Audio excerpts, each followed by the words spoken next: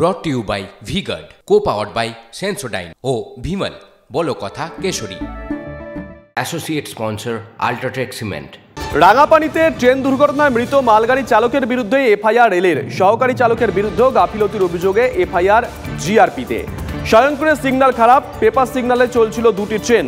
অভিযোগ, অতিরিক্ত গতিতে ট্রেন চালাচ্ছিলেন মালগাড়ির চালক। দুর্ঘটনা তদন্তে chief commissioner of railway safety.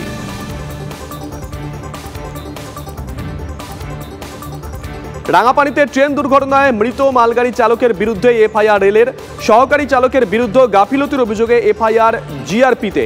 স্বয়ংক্রিয় সিগন্যাল খারাপ, পেপার সিগন্যালে চলছিল দুটি ট্রেন। অভিযোগ, অতিরিক্ত গতিতে ট্রেন চালাচ্ছিলেন মালগাড়ি চালক। দুর্ঘটনার তদন্তে chief commissioner of railway safety.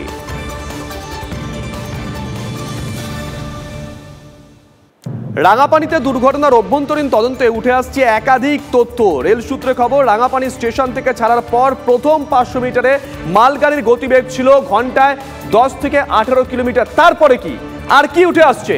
Sayanta আমাদের সঙ্গে রয়েছেন টেলিফোন, আমাদের সহকর্মী সায়ন্ত। শুভজিৎ, যেটা আভ্যন্তরীণ তদন্তে উঠে আসছে, রাঙাপানি থেকে কাগজ সিগন্যাল নেওয়ার পর মালগাড়ির গতিবেগ ছিল ঘন্টায় 10 থেকে 15 বা 18 কিলোমিটার, কিন্তু তারপর থেকে দেখা যায় তার গতিবেগ ঘন্টায় প্রায় 50 কিলোমিটারের কাছাকাছি পৌঁছে যায়। যেটা রেল বিশেষজ্ঞরা জানাচ্ছেন, একটা মালগাড়ির পক্ষে 5 মিনিটে 50 থেকে 60 কিলোমিটার ঘন্টায় তুলে নেওয়া সম্ভব, আর সেটাই হয়েছিল। অথচ যে কাগজের সিগন্যালের নিয়ম রয়েছে যে কোনোভাবেই এই রেড সিগন্যাল যেহেতু রয়েছে, সিগন্যাল বিভ্রাট হয়েছে, কোনোভাবে গতিবেগ 10 থেকে 15 বেশি তোলা যাবে না। কিন্তু তারপরেও মালগাড়ি চালক কিন্তু নিয়ম বিরুদ্ধভাবে 50 থেকে প্রায় 78 কিলোমিটার গতিবেগে তার মালগাড়ি রেকটিকে এগিয়ে নিতে থাকে।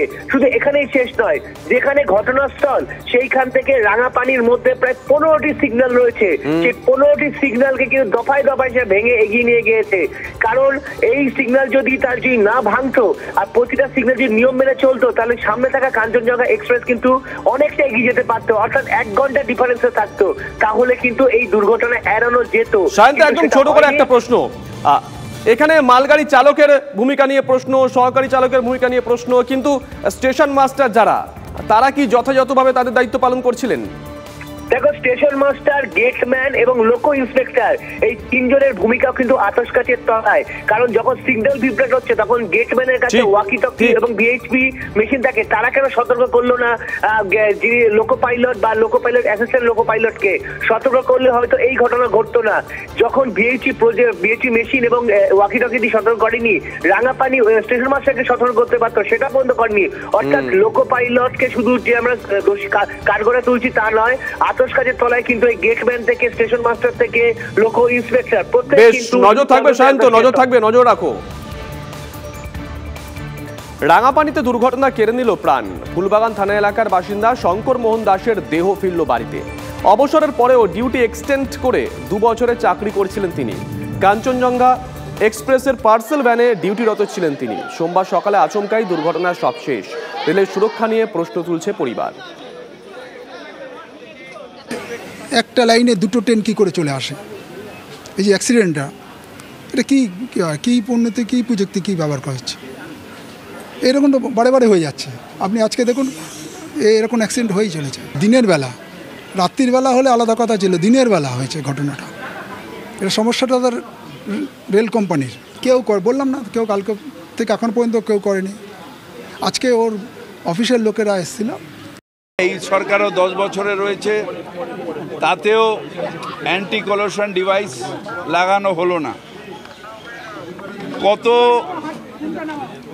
কত মানুষের প্রাণ গেলে মোদি সরকারের তৃপ্তি হবে? প্রত্যেক বছরে জাস্ট 1 বছর আগে ওই অত বড় ঘটনা ঘটলো, অতগুলো লোক মারা গেল বালাসোর। আবার আজকে এতগুলো লোক মারা গেল। এখানে এসছি, একটু বাদে আবার গড়িয়াহাটে আরেকটা বডি আসছে, সেখানে যাব। Brought to you by V Guard, co-powered by Sensodyne ও ভিমল বলো কথা কেশরী। Associate sponsor UltraTech cement.